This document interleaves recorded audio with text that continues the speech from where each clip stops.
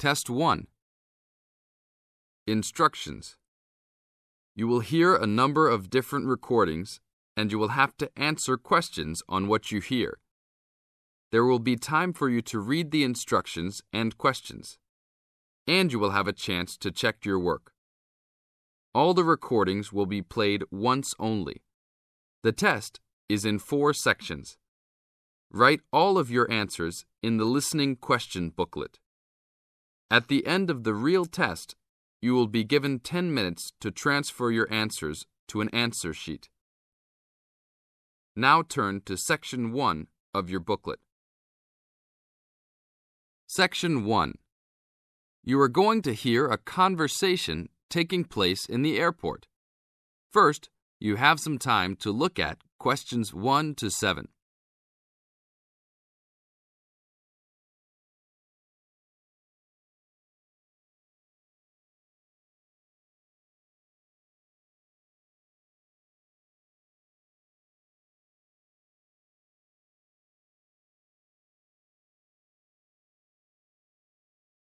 Now listen to the tape and answer the questions. Good afternoon. Welcome to Northwest Airlines. How can I help you today? I'd like to check in for the 2 o'clock flight to Nairobi. Okay. Oh, that flight has been moved back to 2:45. Nothing major, just a weather delay that the plane experienced in Casablanca. May I have your name, please? Sure. It's Jim Harkness. Is that Harkness with 2 S's? Yep. And that's Jim with 1 M. Got it. Oh, I see you're connecting from Beijing. You sure are getting around. Yeah. I'm the director of the Worldwide Fund for Nature in Beijing. I'm going to Nairobi for a conference on conservation planning. Fascinating. Will you have any luggage to check in? Yes, 1 bag, 1 carry-on, and 1 laptop. Fine. Put the bag on the scale, please.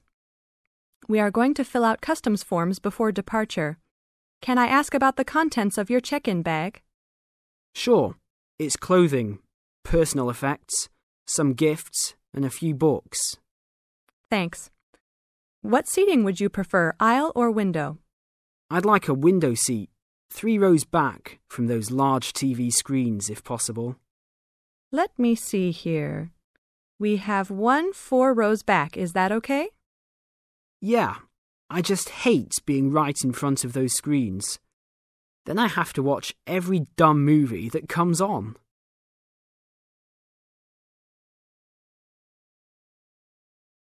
Now look at questions 8 to 10.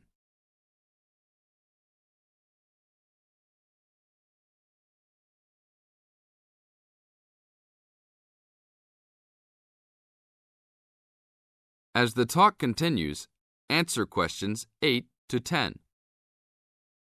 I understand. Is that your carry-on? Yes, I bought it in India last year. It sure is a nice bag. Unfortunately, I think it's too big for the overhead storage compartment. Maximum dimensions for carry-on baggage is 16 inches wide by 10 inches high by 21 inches long. Oh, well, it's okay with width and length, but it's 12 inches high. Are you sure that it won't fit? I've squeezed it in before. No, I'm sorry. You'll have to check it in with an agent prior to boarding. All right, it's no big deal. One final thing. Do you have any DVDs that you purchased in China? Yes, I have my own music CDs. Okay, that's fine. We're not allowed to transport DVDs. We're working on controlling copyright regulations imposed by WTO. Sure, I understand. Is that everything?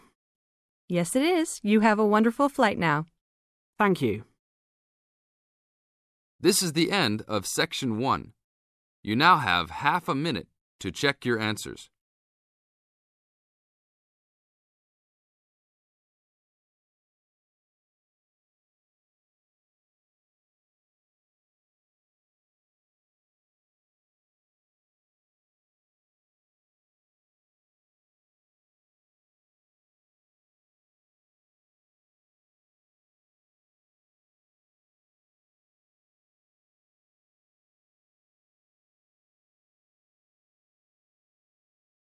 Now turn to Section 2. Section 2. You are going to hear a talk on cultural shock. First, you have some time to look at questions 11 to 16.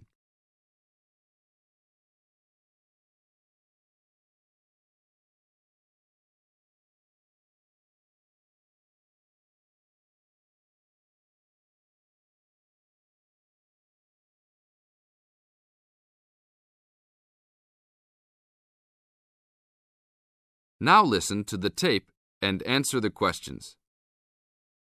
Hi, congratulations on finishing orientation for our study abroad programme. Before you all head off to your respective countries, however, I want to first share with you a little bit about dealing with culture shock. Recent studies in intercultural experience have shown that there are distinct phases of adjustment which virtually everyone who lives abroad goes through. You won't be the exception. The first phase of culture shock includes gaining an awareness of the host culture, preparing for the journey, and farewell activities. You're all experiencing this right now. The second phase begins when you arrive in your new country and ends when the excitement of the early experiences wear off. When you first get there, you will be overwhelmed. Initial impressions convey a sense of monumentality of the experience. You'll love it. During the third phase, you will start taking a more active role in your setting. This will produce frustration because there will be some difficulty in coping with even the most elementary aspects of everyday life. I remember not being able to find a toilet one day because I forgot the word for bathroom. Anyhow, your focus will shift during this phase to the differences between your new host culture and your home cultures. This can be troubling, but these sometimes insignificant difficulties can be blown into major catastrophes. That's why this stage is most often referred to as culture shock.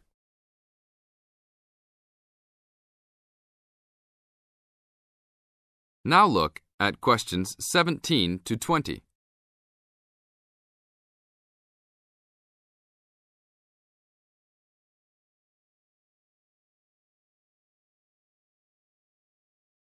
As the talk continues, answer questions 17 to 20. But relax, when this stage is over, you will slip into the gradual adjustment stage. You may not even be aware that this is happening. You will just begin to orient yourself and to interpret subtle cultural clues. The culture will become familiar to you, and you'll start to feel at home. The next phase will be your discovery that you have the ability to function in two cultures with full confidence, and you may even feel completely integrated into your new host culture. In this phase, you will also start to have a sense of shared fate concerning events abroad. The last stage is the re-entry phase when you return home. This can be for some the most painful phase of all. You will be excited about sharing your experiences, but you will realise that you have changed and won't be able to explain how or why. One set of values has already been instilled in you, another you will have acquired in your host country. Both may seem equally valid.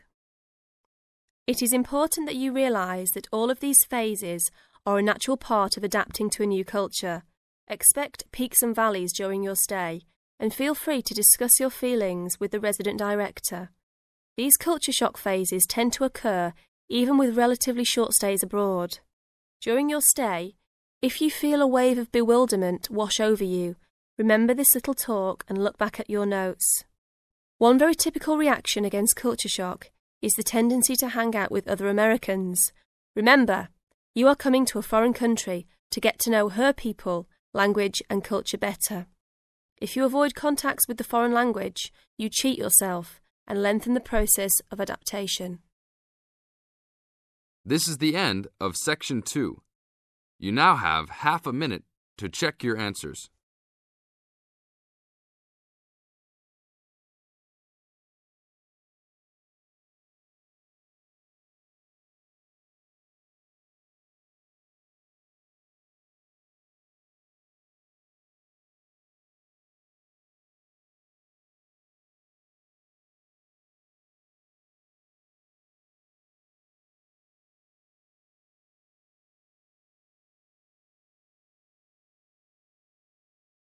Section 3.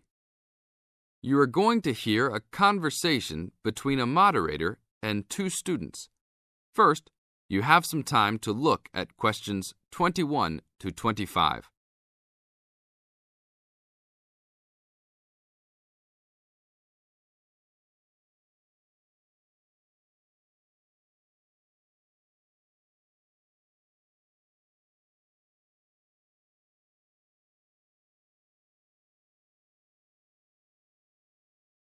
Now listen to the tape and answer the questions. Today we will hear two views of the book Fast Food Nation, The Dark Side of the All-American Meal by Eric Schlosser. Many have deemed this a fascinating socio-cultural report that explains how the development of fast food restaurants has led to the standardization of American culture, widespread obesity, urban sprawl, and more. Well, I think that Schlosser's book promises a lot but delivers less than a highly hyped fast food meal. The book is not well written, and it lacks organization as it skips around in its telling of fast food horror stories. And then he spends a great deal of time on Walt Disney and bashing Disneyland. Why is that in a book about fast food? Bashing is the best word for this book. According to this book, Schlosser clearly believes that the fast food industry is responsible for every problem in America today, from the common cold to inflation to malls to unruly kids to warts. He blames it all on big business and especially the big food business. The book is written in a breathless, alarming motive that makes it sound like McDonald's and Disney are co-conspirators to take over the world and force every living child to eat greasy French fries. Give me a break. Schlosser is also very biased for the left, praising unions while ripping right-wing values and Republicans. Nixon seems to get special attention. Just having your picture made with him gets sinister prose and makes you a co-conspirator. Despite claims of research, there are numerous blatant assertions such as, parents in the 80s spent more money on their children because they felt guilty about not spending time with them. How does he know that? Is all consumer spending on kids really driven by guilt? The book is a farce. Save your money to buy a Big Mac and read something else. Only read this ridiculous book if you are an anti-Republican, anti-big business, there are evil forces everywhere subverting the world fan. Thank you, William.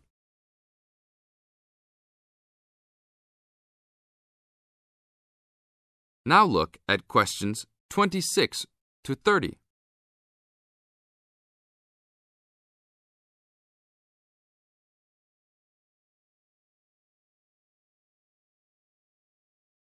As the talk continues, answer questions 26 to 30. Now we'll talk to another person with a very different assessment of this book. So, Jenny, what did you think of Schlosser's book? Wow, where do I begin? I thought that this book was very informative, very well researched, and a very easy read.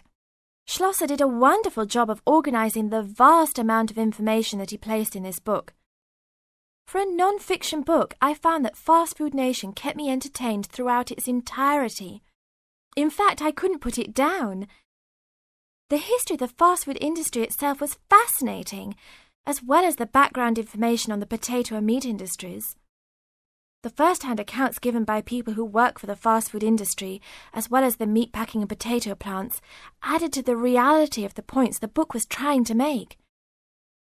The fast food industry and all industries supported by fast food companies have some serious issues that need to be addressed by the nation. In addition, Schlosser does an excellent job of pointing out the dangers of not only working for these businesses, but eating food supplied by them. It's scary to think about the dangers lurking behind the counter at your local fast food chain. This book really opens your eyes to some health hazards that all of America should be aware of. Everyone should read this book. It will change your eating habits and the way you view large fast food corporations. This is the end of Section 3.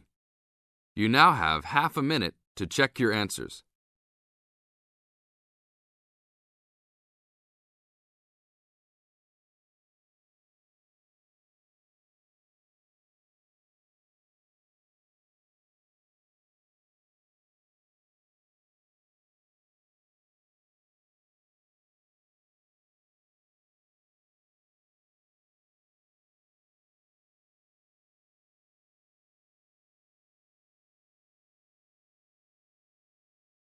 Now turn to Section 4. Section 4. You are going to hear a talk on Anne Bonny, a female pirate.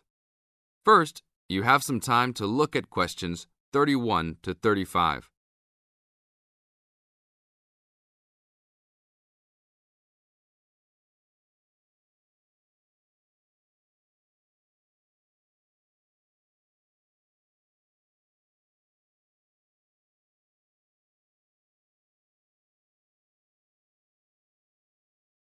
Now listen to the tape and answer the questions. Anne Bonny was one of the two most famous female pirates. She sailed on the crew of Calico Jack Rackham. Anne was romantically involved with Calico Jack, but she could be counted as none the less as fearless as any other pirate. She was born in County Cork, daughter of an attorney and his maid. The lawyer left Ireland in disgrace, but found fortune in the Carolinas. There, he amassed a fortune and bought a large plantation. A ne'er-do-well pirate sailor named James Bonny married Anne in an attempt to steal the plantation, but Anne's father instead disowned her. Bonny then took Anne to the Bahamas, where he turned informer to Governor Woodes Rogers, turning in any sailor he didn't like as a pirate for a handsome reward. Anne quickly grew to dislike her spineless husband and quickly caught the eye of one Calico Jack Rackham, a pirate of some renown. Governor Rogers had recently passed an amnesty for pirates, which left Bonny out of work. The admiration between Anne and Calico was mutual. Calico Jack was a handsome man who knew how to spend money as well as steal it. Anne was a well-endowed lass with a fiery spirit and a temper that matched that of any man. In any event, Calico offered to buy Anne from Bonny, but Bonny instead took the matter up with Governor Rogers, who said that Anne was to be flogged and returned to her true husband. That night, Calico and Anne slipped out in the harbour, stole a sloop, and began a life of piracy together.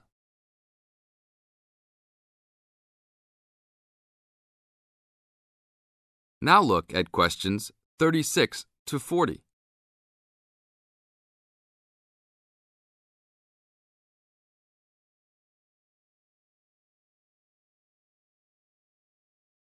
As the talk continues, answer questions 36 to 40.